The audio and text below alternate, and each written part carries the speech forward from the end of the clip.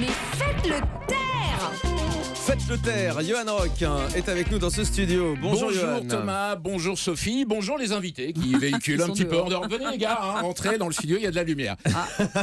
Tout le monde est un petit peu dissipé, c'est la rentrée, tout le monde se retrouve. Jean-Marc Morandini est en train de faire des photos avec Cyril Hanouna. J'aperçois également Thomas Soto en compagnie de Jean-Michel Apathy. J'ai l'impression que vous commentez un match de foot et ça fait plaisir. J'ai fait ça toute ma vie. Les gars, vous venez, en tous les cas, ça fait plaisir de vous voir tous enfin réunis, en vrai, les quatre fantastiques. Bon, c'est vrai, sur les quatre, il y en a un qui ressemble un petit peu moins que les autres sur l'affiche, mais finalement, à vous quatre, vous êtes un peu comme Sharon Stone, toute seule. C'est-à-dire que vous trichez sur l'âge d'un de vos membres, celui qu'on aurait censé voir le moins, mais qu'on finit par voir le plus. Et avec cette phrase, le temps qu'on comprenne, je serai déjà très loin. Ce matin, Europe 1 fait donc sa pré-rentrée, une journée stratégique, puisque chez les profs, c'est celle qui précède le début de l'arrêt maladie. Voilà, vous venez de vacances, Jean-Michel, Cyril... Thomas, Jean-Marc, vous revenez frais, dispo. N'empêche les gars, vous avez raté tellement de trucs dans l'actualité média. Pendant que vous bronziez chacun sur vos catamarans mouillant au large de paradis fiscaux, Thomas Joubert et moi-même, on s'affaiblit boutonné de la tête. Un jour à commenter les audiences des rediffs de Malcolm sur W9, un autre à polémiquer sur le taux de probabilité qu'un touriste allemand vienne se faire emmerder par le trésor de TF1 pour s'exprimer sur le prix du brognon. Et le lendemain, mon Thomas qui décroche l'interview exclusive d'une des 4 marmottes musicienne des jingles de France 3. C'est vrai, on l'a fait, oui, on l'a fait. Oui, cet été sur France 3, la musique était incarnée par des marmottes, alors qu'avant, la musique était présentée par une chèvre, quand Lombroso animait Shabada. Mon Dieu, ça va lui faire plaisir.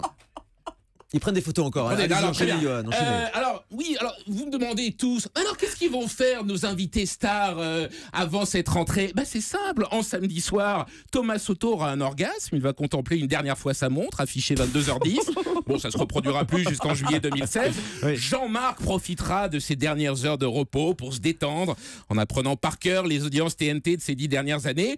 Quant à Jean-Michel Apathy, il lira les 350 SMS envoyés par Jean-Luc Mélenchon depuis l'arrêt de ses interviews politiques. Mélenchon est sous Tranxène. C'est pas de la nostalgie, c'est le syndrome de Stockholm. Là, d'accord, si Jean-Michel pouvait, je sais pas, envoyer un petit texto juste pour clore avec Jean-Luc Mélenchon les hostilités, je sais pas, je pensais à bonne rentrée connard, enfin je sais pas. Quant à Cyril, j'ai vérifié, très exactement, il reste 3 personnes en région francilienne qui n'ont pas encore annoncé participer à Touche pas à mon poste cette saison prochaine. Alors, ce matin, je me disais, voilà, qu'est-ce qu'on se demande? On se dit, voilà, c'est la rentrée. Je rame, là, c'est vrai.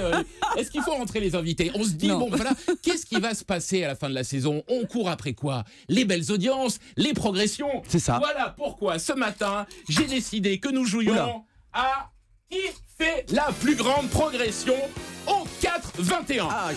Qui est la plus grande? Décidons des audiences en jouant au 4-21. Et puisqu'il ne reste plus que vous, Sophie et Thomas Joubert, un meublé, 2 meublés, 2 drés. Attention, attention. Vous agitez quand je vous dis top.